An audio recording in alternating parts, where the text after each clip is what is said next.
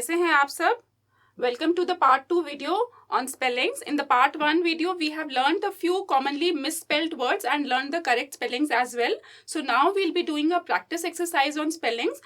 We'll be doing some sample questions जैसे कि आपके सैनिक स्कूल एग्जाम्स में आते हैं. So keep on solving these questions side by side and letting me know in the chat window if you know the correct spellings of these words. So without wasting any time, let's get started.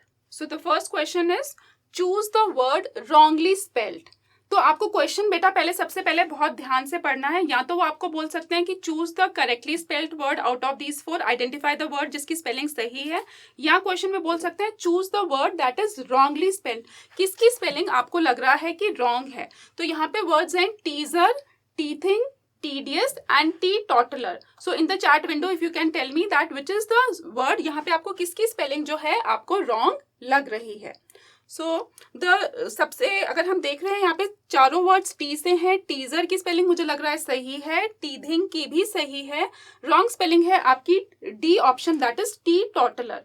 And teetotaller word, if you remember we had done this word in the one word substitution also. Teetotaller उसको बोलते हैं a person who never drinks alcohol, who abstains from drinking alcohol, जो नहीं drink करते हैं उनको बोलते हैं. And the correct spelling is TEE. एंड यहाँ पे इसकी स्पेलिंग जो है वो रॉन्ग है. So the correct option children will be the D option. Moving on to the next question. Choose the word correctly spelled. यहाँ पे हमें क्या बोल रहे हैं, इन चारों वर्ड्स में से कौन से वर्ड की स्पेलिंग सही है. तो फनियर, फनियर सब में है. देखो यहाँ पे FUNN दो लगा दिए, यहाँ पे N मिस कर दिया, यहाँ पे उसको फनर कर दिया. एंड डी ऑप्शन में फनियर, डी ऑप्शन की जो स्पेलिंग है वो एब्सोल्युटली करेक्ट है.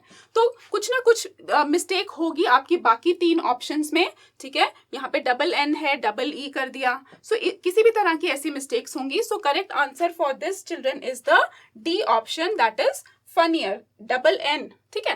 नेक्स्ट आता है choose the word again correctly spelled. earlier, earlier की करेक्ट स्पेलिंग क्या है, ठीक है. जैसे हम बोलते हैं ना, you should get up early in the morning. so early से बन जाता है earlier. तो यहाँ पे है EAR, ठीक है. सब में EAR तो कॉमन है. यहाँ पे LEAR, यहाँ पे LIER, यहाँ पे LL कर दिया, यहाँ पे LY कर दिया. So can you quickly let me know in the chat window question 3 का कौन सा आंसर करेक्ट है. Is it A, B, C or D? Let me see that how many students can correctly give the answer. So students, the correct answer will be the B option, that is EAR LIER, है ना. earlier की correct spelling है LI, बाकी सारी जो spellings हैं all those are wrong. Next question. Correct spelling for the word relied. जब हम किसी पे ट्रस्ट करते हैं तो हम बोलते हैं आई रिलाई अपॉन यू, मैं आपके ऊपर ट्रस्ट करता हूं.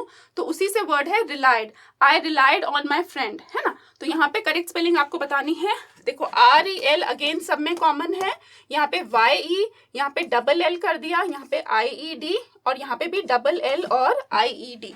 So again you have to let me know that which is the correct spelling for relied. Quickly you can let me know in the chat window. So the correct spelling, you can tally your answer, is the C option, that is RELIED. That is the correct spelling for relied. Next, relied का मतलब मैंने आपको बता दिया, trust करना किसी पे या किसी पे बिलीव करना. जैसे सेंटेंस हमने बनाया, My mother relied on me for financial support. मेरे ऊपर उनको विश्वास है कि मैं उन्हें फाइनेंशियली सपोर्ट करूंगा या करूंगी. या आप किसी फ्रेंड पे ट्रस्ट करते हो, she is someone you can rely on, आप उस पर्सन पे ट्रस्ट कर सकते हो. I relied heavily upon your advice, मैंने आपकी एडवाइस पे, मुझे पूरा विश्वास है कि जो एडवाइस आप मुझे दे रहे हैं मैं उस पे मुझे पूरा भरोसा है. So in English what do we say, I relied heavily upon your advice. So relied की करेक्ट स्पेलिंग है C ऑप्शन RELIED. नेक्स्ट है choose the word correctly spelled word again activities. जैसे आप स्कूल में बहुत सारी फन एक्टिविटीज करते हो, है ना. तो एक्टिविटीज, तो करेक्ट स्पेलिंग क्या होनी चाहिए. एक्ट सब में कॉमन है, ठीक है. Active, active, active, active. अब यहाँ पे क्या है ITEE, यहाँ पे ITIES, यहाँ पे कर दिया हमने Y और यहाँ पे कर दिया हमने YIES. So how many of you can identify the correct spelling for activities? Break करिए, एक्टिविटीज। सो बेटा करेक्ट स्पेलिंग होगी activities, this will be the correct spelling. जब वाई लग जाता है तो that is wrong and double E भी नहीं आएगा। So correct spelling will be the B option, that is activities. So activity क्या है? जो कुछ आप एक्शन करते हो, ठीक है। Just the state of doing is called as a activity. It can be a school activity, it can be a fun activity, it can be a social activity, कोई भी एक्टिविटी हो सकती है। और प्लूरल में हम कर देते हैं IES लगा के activities. Next question, question number 6। यहाँ पे 4 स्पेलिंग्स हमें दे रखी है। एंटरप्रेन्योर है ना, तो यहाँ पे आपको बताना है करेक्ट स्पेलिंग क्या है। ENTRE, ENTER, ठीक है। यहाँ पे एंटरप्रेन्योर, ठीक है, एंटरप्रेन्योर, यहाँ पे एंटरप्रेन्योर, यहाँ पे EU कर रखा है, ठीक है। तो you have to tell that which is the correct spelling children. So entrepreneur की या एंटरप्रेन्योर जैसे हम प्रोनाउंस करते हैं, करेक्ट स्पेलिंग इज ENTREPRENEUR, ठीक है। A option is the correct answer. और एंटरप्रेन्योर कौन होता है? जो पर्सन अपना खुद का बिजनेस या जो पर्सन अपना खुद का उद्योग स्टार्ट करता है। जैसे एंटरप्रेन्योर वो लोग होते हैं जो कि रिस्क लेते हैं, जिनके पास कोई नया आइडिया होता है और वो अपना खुद का बिजनेस वेंचर स्टार्ट करते हैं। ऐसे लोगों को हम बोल सकते हैं entrepreneur. Okay, so A option is the correct answer. Next is acquaintance. Acquaintance क्या होता है? जान पहचान, familiarity with someone. So acquaintance में देखो यहाँ पे ACQUA एक्वेंटेंस, तो ये तो बिल्कुल रॉन्ग हो गया। ACQU एक्वेन, ठीक है, एक्वेन। यहाँ पे TE है, यहाँ पे TA है। ये आपको देखना है कि कौन सा स्पेलिंग करेक्ट है। So if anyone can correctly let me know. अगर आप बता सकते हैं 7th का option, then you can type it in the chat window कि what is the correct spelling of the word acquaintance, जिसका मतलब होता है जान पहचान या फेमिलैरिटी, ठीक है। जब हम किसी को जानते हैं, कोई हमारा बहुत अच्छा फ्रेंड नहीं है बट हम उसको स्लाइटली जानते हैं, we say that so and so person is my acquaintance. या अगर हम बोलते हैं नॉलेज और एक्सपीरियंस ऑफ समथिंग, उसको थोड़ी बहुत उस चीज के बारे में नॉलेज है, so he is acquainted with that particular thing. So यहाँ पे करेक्ट स्पेलिंग है आपकी ACQUAIN and it is TANCE, ठीक है। एक्वेन, एक्वेन, QUAIN, नॉट, ये वाला रॉन्ग है आपका। यहाँ पे E आ गया है इसलिए ये वाला भी रॉन्ग है। So will go with the C option, that is the correctly spelled word. Next is guarantee. Guarantee word तो आपने बहुत कॉमनली सुना होगा। जैसे आप कोई चीज खरीदते हैं तो उसकी आपको किसी प्रोडक्ट की गारंटी पीरियड होता है कि इतने साल के लिए this thing is in a guarantee. So यहाँ पे है GAU, यहाँ पे है GU, ठीक है। अगेन गारंटी TIE कर दिया तो बिल्कुल रॉन्ग हो गया। तो एंड में तो आपका TEE होता है। So correct spelling for guarantee students is the B option, that is GUARANTEE, that is guarantee, ठीक है। तो गारंटी क्या होता है कि सर्टेनली आप बोल रहे हो कि कोई चीज जो आपने खरीदी है वो इतने टाइम पीरियड के लिए उस पर कोई भी डिफेक्ट नहीं आएगा, ठीक है। So it is a promise with a surety और a certainty that there will be no defect in this particular product that you have purchase, ठीक है। So correct spelling is B option. Next is overlapped, ठीक है, overlapped. तो correct spelling क्या बतानी है आपको? ओवर, यहाँ पे LAP है, यहाँ पे डबल P है, यहाँ पे LE कर दिया है हमने, और यहाँ पे अगेन LEPPED कर दिया है। तो ओवरलैप क्या होता है? OVER ओवर सम में कॉमन है, लैप LAP लैप होगा, नॉट LEP तो होता ही नहीं, तो ये दोनों रॉन्ग हो जाएंगे। और LAP और उसके साथ में हम एक P और लगाएंगे। सो B option will be the correct answer for overlapping, ठीक है। नेक्स्ट इज एकोमोडेशन, ठीक है। एकोमोडेशन अभी हमने प्रीवियस वीडियो में भी इसकी स्पेलिंग लर्न करी थी, accommodation. So anyone can correctly tell me कि क्या मिस्टेक है? इस पहले वर्ड में सिंगल C है, ठीक है, और इस वाले वर्ड में एकोमोडेशन, एकोमोडेशन AC। तो आपको आइडेंटिफाई करना है कि किस वर्ड में क्या मिस्टेक है, ठीक है। सो करेक्ट स्पेलिंग क्या होनी चाहिए? मैंने बताया था 2 C होते हैं, 2 M होते हैं, ठीक है। Correct spelling will B C option. तो एकोमोडेशन क्या होती है? जब हम कहीं पे स्टे करते हैं, कोई जो ग्रुप ऑफ रूम्स होते हैं उनको हम बोलते हैं, जो हमें लॉजिंग या फूड प्रोवाइड करते हैं, तो that is your accommodation area. जब हम ट्रैवल कर रहे होते हैं, सो दैट इज अ रूम और अ ग्रुप ऑफ रूम्स जहाँ पे आप स्टे करते हैं। सो double C double M, accommodation, that is the correct answer. Next है बुके, है ना। हम बुकेट नहीं बोलते जब आप किसी को एक फ्लावर्स का बुके देते हैं। सो T is silent. So now you have to tell me the correct spelling for bouquet, ठीक है, BOUQUETE, BOUQUET, BOQUET और BOUQUETTE। बुके की करेक्ट स्पेलिंग, टी नहीं लगाना हमें एंड में प्रोनाउंसिएशन में, सो करेक्ट स्पेलिंग इज BOUQUET। ठीक है, एक बंच ऑफ फ्लावर्स, जो फ्लावर्स का गुच्छा होता है जो आप गिफ्ट देते हो किसी को बर्थडे पे, एनिवर्सरी पे, जब किसी को कॉन्ग्रेचुलेट करते हो, that is called as a bouquet and correct spelling is BOUQUE and T which is silent, you don't pronounce that.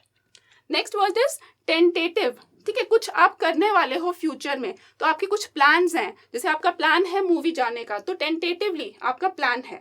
So correct spelling of tentative is TEN, B option TENTATIVE। तो कोई चीज, something which is not fixed, आपने confirm नहीं करी, not sure, not certain, but you think of doing that in the future, है ना, it is not definite and it is not confirm, that can be your tentative plan. So break करेंगे, tentative, ठीक है, TENTATIVE।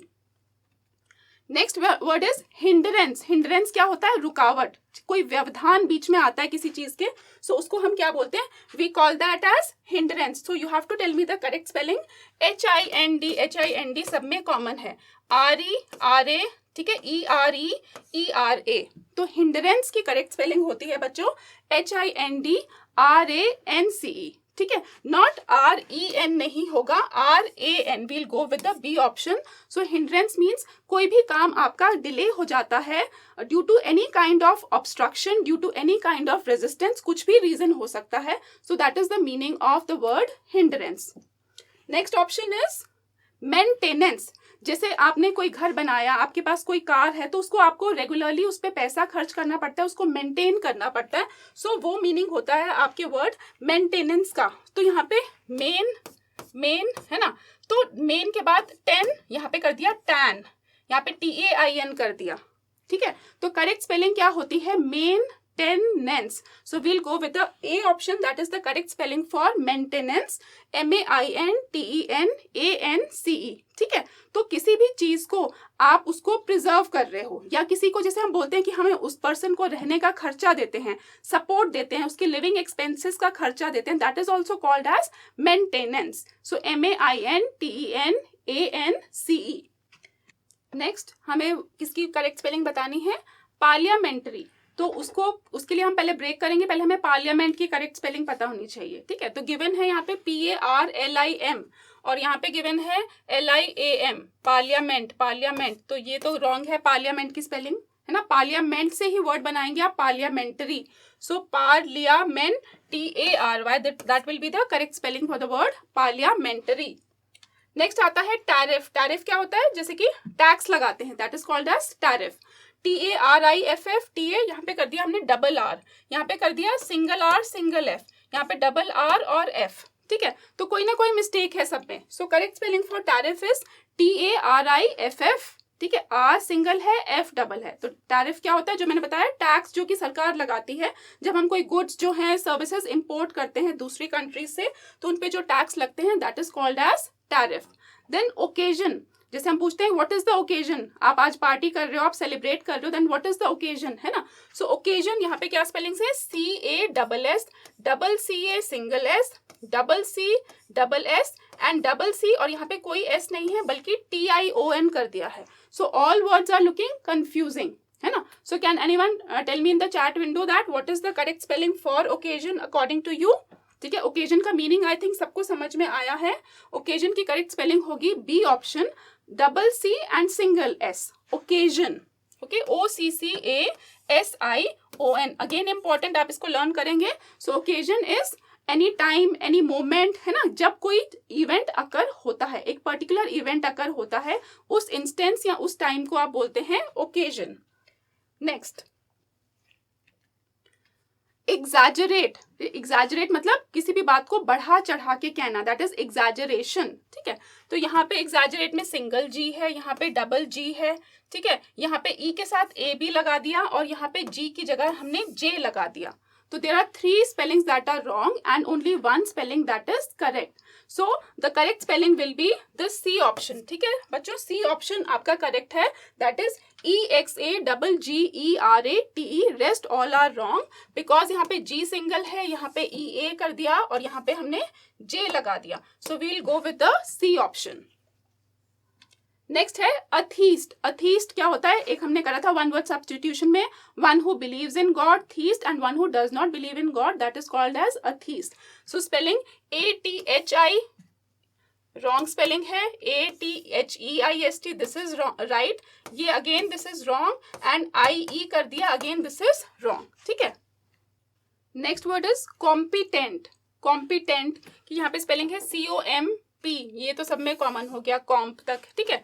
यहाँ पे दे रखा है ITENT, ETENT, ITEND कर दिया और यहाँ पे ETANT कर दिया. ठीक है. तो does anyone know the meaning of competent? Competent word का आपका मीनिंग होता है हैविंग द नेसेसरी एबिलिटी और या नॉलेज.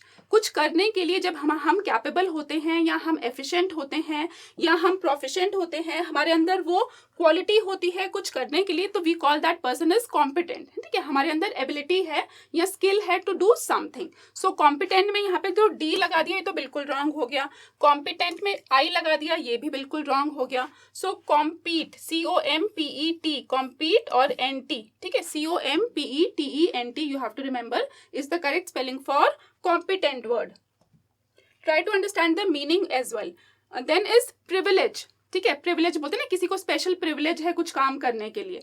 तो यहाँ पे क्या है? PRIV is common in all. Then is the, यहाँ पे I से चल रहे हैं, यहाँ पे E से चल रहे हैं, यहाँ पे D लगा रखा है, यहाँ पे D नहीं लगा रखा. So you have to identify the correct spelling for the word privilege. If anyone knows, then you can quickly let me know in the chat window the correct spelling for the word privilege. Let me see that how many of you can answer it correctly. So the correct answer, children, जिन्होंने भी C option बताया है, that is correct. PRIVILEGE, not DG. DG नहीं आएगा, DG नहीं आएगा, LEGE. तो privilege मतलब है कोई आपके पास कोई स्पेशल एडवांटेज है, या हम बोल सकते हैं आपको कुछ स्पेशल अलाउंस मिल रहा है किसी पर्टिकुलर कैटेगरी में, या कोई स्पेशल राइट मिल रहा है किसी पर्टिकुलर पर्सन को, that is called as privilege. Next hierarchy. जैसे कि होता है ना हायर से लोअर लेवल तक, जैसे हम एक स्ट्रक्चर बनाते हैं कि टॉप लेवल पे ये है, उससे नीचे ये है, उससे नीचे ये है, that is called as hierarchy. So HIERAR, HIEAR कर दिया, यहाँ पे HEI कर दिया और यहाँ पे हेरार्क कर दिया. तो ये तो बिल्कुल ही रॉन्ग हो जाता है आपका हेरार्क. ठीक है. EI कर दिया तो ये भी रॉन्ग हो गया. Now you have to tell me कि A और B ऑप्शन में से कौन सी स्पेलिंग सही है. तो ये क्या कर दिया? HIERAR ऐसे करके कर दिया, हायरार्की. ठीक है. और ये है HIERAR. So we'll go with the A option, that is the correct answer for the option A, that is hierarchy. So children, I hope that this practice exercise on spellings as well as the first video on spellings was helpful for you, and now you have got to know the format of the questions that will be coming in your final examinations for Sainik School. So keeping this in mind, you have to revise and learn all the various spellings that you can think of, जिनमें जिन बच्चों की थोड़ी सी mistakes होती है spellings की, उनको और ज़्यादा प्रैक्टिस करनी है और लिख लिख के आपको ये सारी स्पेलिंग्स प्रोनाउंस करके लर्न करनी है. So that is all for today's video, and see you soon in another video. And if you have still not liked this video or subscribed to the Winning Edge YouTube channel, kindly do so. And thanks for now, and bye-bye.